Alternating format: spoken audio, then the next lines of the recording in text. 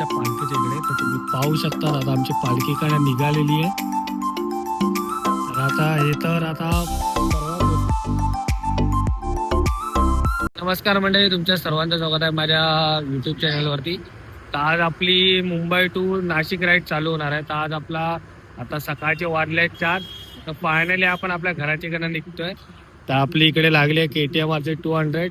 तर माझी मम्मी आणि बहीण पण मला सोडायला आलेली आहे. तर फायनली आपण आपल्या इकडनं आता निघतोय. इकडनं तर पहिला फ्युएल स्टेशनवरती भेटणार आहे. तर आता आपण पूर्ण रायडिंग गिअर घातलेलं आहे, जॅकेट वाचून आणि सगळं. फायनली आपण आपल्या घराच्याकडे आता निघतोय.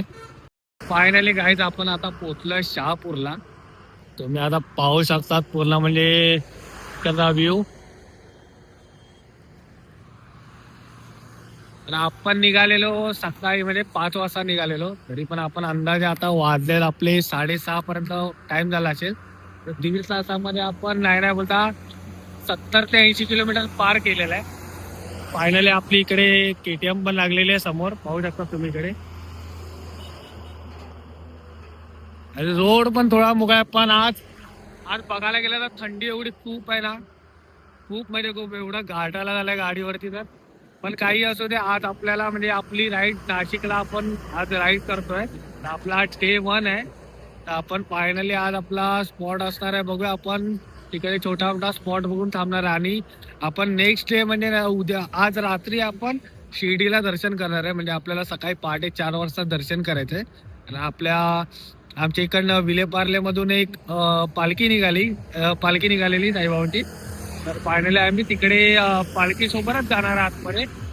तर राईड तर आपली शिर्डीला साईबाबांच्या दर्शनासाठीच आहे. तर फायनली अर्धे तास पदयात्री तर केलेले आहेत पुढे. तर आपण आता इकडे जस्ट निघतोय. तर आता सकाळी मी तुम्हाला म्हणजे चेक करायला की व्ह्यू कसा आहे इकडचा, थोडा असा म्हणजे पूर्ण असं थंडगार वातावरण तर आहेच. तर फायनली आता धुका पण थोडं जास्त पडायला लागलाय थोडं. तर आपण पहिला आता आपली राईड कंटिन्यू करूया. तर थांबलेलो, थोडा ब्रेक घेतलेला. तर आता आपण परत रायडिंग. आता मी थोडा वेळ कॅमेरा पण थोडा म्हणजे उजेड अजून होऊ दे तर की कॅमेरा यूज करू आपण. तर फायनली आता आपण आलोय कसारा घाटात तिकडे. तुम्ही त्याचा व्ह्यू पाहू शकता. आपण फायनली कुठे आहे ते. आता आपण कसारा घाट चढणार आहे. तर पूर्ण आता तुम्हाला समोर दिसत पण असेल हा व्ह्यू, खूप सुंदर असा इकडनं. आणि आपण सेम प्लेसला आहे की 2022ला आपण इकडे आधी गाडी लावून फोटो काढलेला होता. तर फायनली आज आपण इकडे 2026 4 वर्षानंतर सेम फोटो काढलेला आहे त्याचा पण. आणि व्ह्यू आणि प्लेस पण सेमच आहे आपली. तर फायनली आपण आता कसारा घाट चढायला चालू करणार आहे. तर आता मी तुम्हाला आता आपण पूर्ण आपला कॅमेऱ्याचा सेटअप आणि पूर्ण लावणार आहे. कारण सकाळपासून खूप थंडी होती, म्हणून मी बोलो पहिला आपण रनिंग क्लिअर करूया आपलं. बोलो की जरा म्हणजे ती बॅटरी कसा गोप्रोच्या बॅटऱ्या थोड्या म्हणजे थंडीमध्ये थोडा लवकर उतरतात, म्हणून बोला थोडा लेट जरा आपण चालू करूया. तर फायनली आपण आता पूर्ण आपला सेटअप आपण चालू करणार आहे. आणि बाय द वे आपण आता कशेरी घाटातून आता इकडनं पुढचा प्रवास आपला चालू करतोय. तर तुम्हाला आता डायरेक्ट मी भेटेन बाईकवरच. तर फायनली आपण कशेरी घाट चढायला चालू करतोय. तर आपण आपल्याबरोबर एवढं मोठं बोचकं आणलेला, आणि आपल्याबरोबर आपला भाऊ छोटा एक आलेला आहे. तर आता फायनली आपण कशेरी घाट चढायला सुरुवात केलेली आहे आपण. आज आपण निघालेलो मुंबई टू नाशिक राईडसाठी. आता मगापासून रात्रीपासून आपला प्रवास होता. मी नॉर्मल मोबाईलवरती व्हिडिओ बनवत होतो. तर फायनली आपण आपला कॅमेरा पण लावलेला आहे. तर आता तुम्हाला इकडचे पूर्ण व्ह्यू पाहायला मिळणार आहे. तर आपण जो चढतोय तो कसारा घाट, आणि आपल्या साईडला म्हणजे कोकण साईडला कशेडी म्हणून आहे, इकडे कसारा म्हणून हा घाट आहे.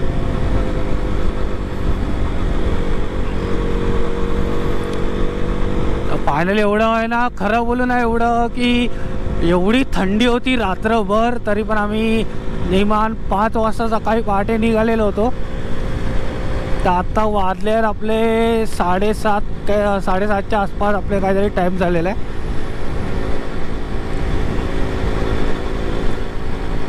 तर आपण आता बघूया. आपला प्लॅन होता थोडा नाशिक साईडला असं, म्हणजे त्र्यंबकेश्वर आणि असे 2-3 देवस्थान आहेत, आणि आपला रात्री स्टे होता शिर्डीला. तर आता बघूया आता प्लॅन कसा बनतोय ते.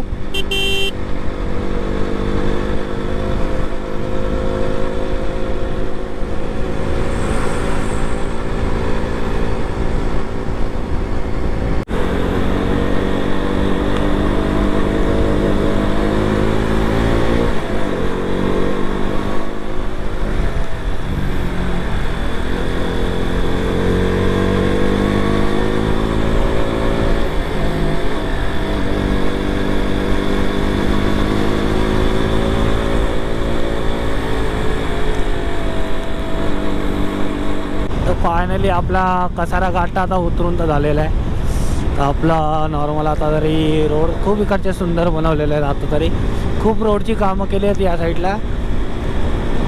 आता जस्ट म्हणजे आपला माझा तर प्लॅनिंग होता जेव्हा इलेक्शनमध्ये संक्रांतीला यायचा, पण नेमकं संक्रांतीनंतर दुसऱ्या दिवशी इलेक्शन असल्यामुळे आपल्याला यायला भेटलेलं नव्हतं. बोललो म्हणून आपण प्लॅन नेक्स्ट सुट्टीच्या दिवशी आपण ट्राय केला बोला. आणि आज आपला प्लॅन काल बनला आणि आज बनला असा नाही. प्लॅन महिनाभरपासूनच बनवते, आणि आपल्याबरोबर येणार होते 2-3 जण अजून गाडी घेऊन. तर त्यांना थोडा प्रॉब्लेम झाल्यामुळे ते आले नाही. तर काही असू दे, आपण म्हणजे माझं एक असं आहे की जेव्हा प्लॅन बनतो ना तेव्हा मी तर एकच सगळ्यांना सांगतो, बाई कोण नाही आलं मी एकटा निघून जाईल. हे सर्वात बेस्ट आहे माझं.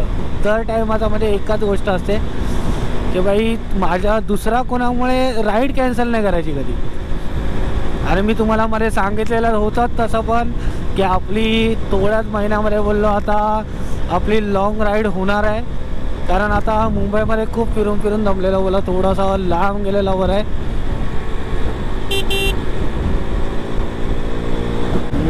पण इकडे थोडा प्रॉब्लेम पण आहे गाडी घेताना, कारण साई पालखीवाले पदयात्री असे बाजूने चालत असतात, थोडे कधी रोडच्या मध्ये पण येतात.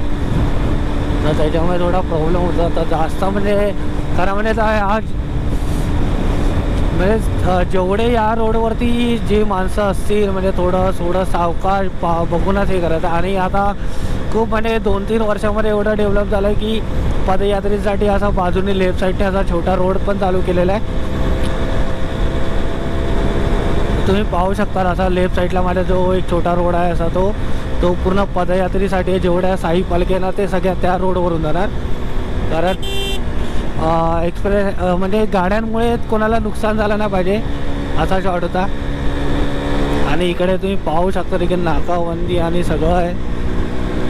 तसं तर आपल्याला कोण म्हणजे पकडणार असं नाही, कारण आपण म्हणजे सगळ्या आता तर मोस्टली पूर्ण भारतामध्ये तर सगळ्यांना माहीत झालं आहे म्हणजे की जे कॅमेरा घेऊन सगळे ब्लॉग व्हिडिओ बनवतात यूट्यूबवरती ते सगळ्यांकडे म्हणजे पेपरपासून सगळं क्लिअर असतं. आणि त्यांच्या गाड्यामध्ये काही जण गाड्या मॉडिफिकेशन करतात, म्हणजे सायलेन्सर बोला नाहीतर ग्राफिक. तर सायलेन्सरचं तर नॉर्मल मला ते रॉंगच वाटतं, पण गाडी मॉडिफिकेशन म्हणजे स्टिकरिंग नॉर्मल करू शकतो, पण जास्त पण नाही की ऑड एवढं वाटायला. फायनली आपण आता पोचलेलो होतो गोटीच्या टोल नाक्याच्या इकडे. तर आता आमचा चाललाय नाश्ता टाईम, तुम्ही पाहू शकता इकडे. तर आम्ही नाश्त्याला मागवलेले आता कांदाभजीमध्ये नॉर्मलच नाश्ता करतोय. आपण आता इकडनं पुढून राईट मारून डायरेक्ट गोटी रोडवरती जाणार आहे. तर फायनली आता पहिला तर आमचा आता ठरलेला आमची पालखी आता आहे की सिन्नर घाटाच्या इकडे. तर आम्ही पालखीच्या इकडे जाणार आहे. तर पालखीला बघूया आता तिकडे त्यांचा स्टॉप कुठे आहे ते पहिला, नंतर मग तिकडचा पुढचा आम्ही आता कुठे जाणार ते अजून आयडिया नाही. इकडे पहिला पालखीच्या इकडे पोहोचून मग नंतर आम्ही पुढचा आमची राईड आमची कंटिन्यू करणार आहे. आता तुम्हाला डायरेक्ट भेटतो आता मी बाईकवरच. तर मंडळी आपण आता फायनली आता पोहोचलोय घोटी रोडवरती. तर कोटी रोड हा म्हणजे फेमस तर खूपच आहे. तर खूप जणांना माहीत असेल जे मुंबईमध्ये राहतात त्या लोकांना या गोटी रोडची स्टोरी तर खूप सगळ्यांना माहिती असेल की जुना गोटी रोड कसा होता आणि आत्ताचा कसा आहे ते. तर इकडे तर मेन बात बोलायला गेलं तर आत्ता तुम्हाला इकडे पाहायला भेटेल की इकडे सगळं खूप ठिकाणी डेव्हलप होत आहे. तर त्या टायमाला एवढं डेव्हलप नव्हतं इकडे. तर मेन बोलायचा मुद्दा आहेच की तुम्हाला की त्या काळी इकडे म्हणजे की अख्खीच्या अख्खी पालखी लुटली जायची. म्हणजे पालखी लुटली जायची म्हणजे अख्खे म्हणजे इकडे चोरी मारीचं प्रकरण खूप होतं या साईडला या रोडवरती. म्हणजे अख्खी पालखी म्हणजे की जेवढे जेवढे वारकरी चालत जायचे इकडनं शिर्डीला त्या सगळ्यांना लुटायची इकडची माणसं. इकडची माणसं म्हणजे गावातलीच होती. त्यातले काय काय जण इकडे असे एकेकांच्या टोळ्या होत्या. ते लोक येऊन इकडे म्हणजे रात्री रात्री 2 या 3च्या दरम्यान इकडे पालखी लुटली जायची. पण मग त्याच्यानंतर थोडं सुधारणा व्हायला लागली. पोलीस म्हणजे अशी पालखी कधी अचानक थांबली इकडे म्हणजे राहिली या रात्रीच्या टायमी. तर या टायमाला पोलिसांना फोन करून मग थोडं त्यांची प्रोटेक्शनमध्ये पालखी आपल्या स्पॉटवरती पोचवण्यात यायची. तर फायनली गाईज आपल्याला आपली पालखी भेटलेली आहे इकडे. इकडे पहिला गाडी पार्क करूया आपण.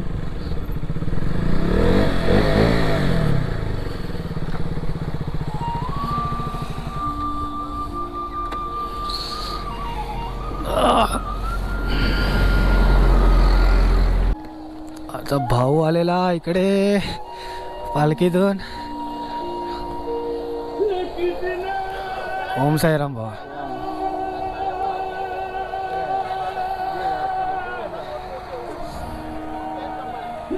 साईराम. सनी बिनी कोण नाही.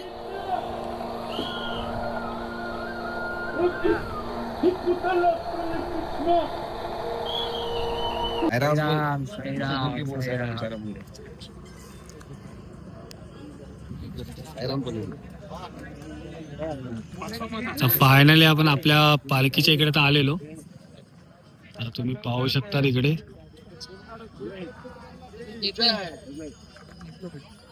भेट आला तर मी डायरेक्ट आता येताना भेटेन तुला.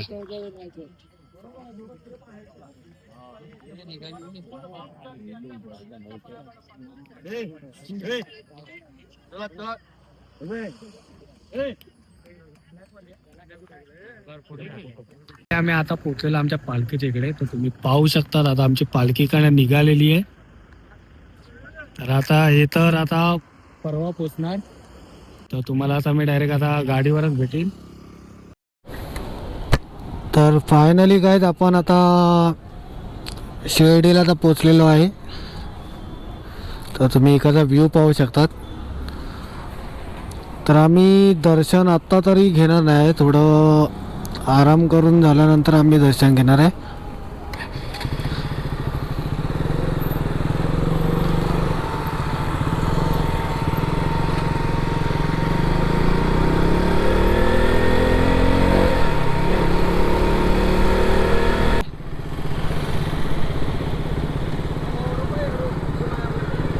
हां.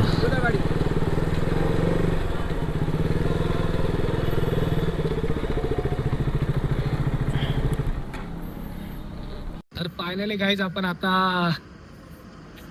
आपल्या लोकेशनला पोहोचलेलो. म्हणजे आपण आपल्या बाबांच्या दरबारी पोहोचलेलो आहे. तर आपल्या राईट साईडला या साईडला म्हणजे या साईडला पुढे त्या बिल्डिंगच्या बाजूलाच आपलं श्री साईबाबा मंदिर आहे. तर आपण फायनली आता शिर्डीला पोहोचलो आहे आणि मनाला खूप प्रसन्न वाटतंय की आपण दरवर्षी तसा येतोच मी. तर मी सकाळी आज निघालेलो 5 वाजता. माझा प्रवास चालू आलेला शिर्डीला जायचा आजचा. तर आज मी आता या टायमाला आता वाजले 10:30 पावणे 11 झाले. तर फायनली मी आता शिर्डीमध्ये आहे. आणि आणि जे मेन मुद्दा होता की आम्हाला आमची जी विलेपार्लेमधून जी आमची पालखी निघते त्या पालखीचं दर्शन करायचं होतं. कारण मी निघताना माझा ऑफिस टाईममुळे मला जेव्हा पालखी माझ्या एरियातली म्हणजे आमच्या विलेपार्लेमधली पालखी जेव्हा निघाली तेव्हा मला त्या पालखीचं दर्शन घेता आलं नाही. फायनली मी आज थांबून तिकडे मी दर्शन घेतलं. हा मेन बात तर आज मुंबई नाशिकचा आपला जो प्रवास होता आजचा, त्याच्यामध्ये हे एक मोठं काम होतं आपलं की पहिला मला पालखीचं दर्शन घ्यायचं होतं. कारण ती पालखी 2 दिवसानंतर आपली मंदिरात येणार आहे. तर मी आता मंदिराच्या बाजूला तिकडे रूम घेतलेला आहे. तुम्ही पाहू शकता तिकडे नॉर्मल आम्ही म्हणजे जास्त तेवढं नाही. तर एवढंच की इकडे बाथरूम आहे. आणि असं म्हणजे फक्त आपल्याला काय आजची रात्र इकडे काढायची आहे. उद्या आपण दुसऱ्या प्लेसला जाणार आहे. तर माझं म्हणणं होतं की आता आज संध्याकाळी आपण जाऊन मंदिरात आपण बाबांचं दर्शन घ्यावं, नाहीतर आपण पहाटे 4 वाजता काकड आरतीला मंदिरात प्रवेश करावा असं मला वाटते.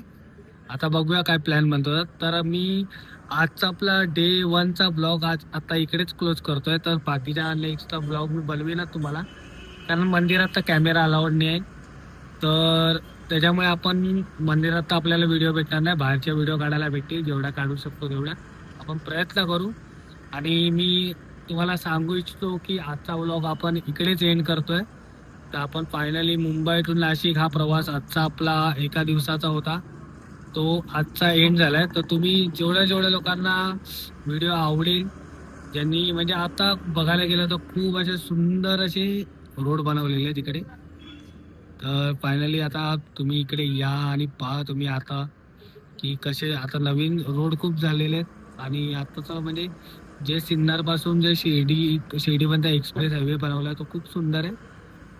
तर फायनली आपला ब्लॉग आपण इकडेच एंड करतोय. तर जास्तीत जास्त लाईक करा, शेअर करा आणि फायनली सगळ्यांनी सबस्क्राईब करायला विसरू नका.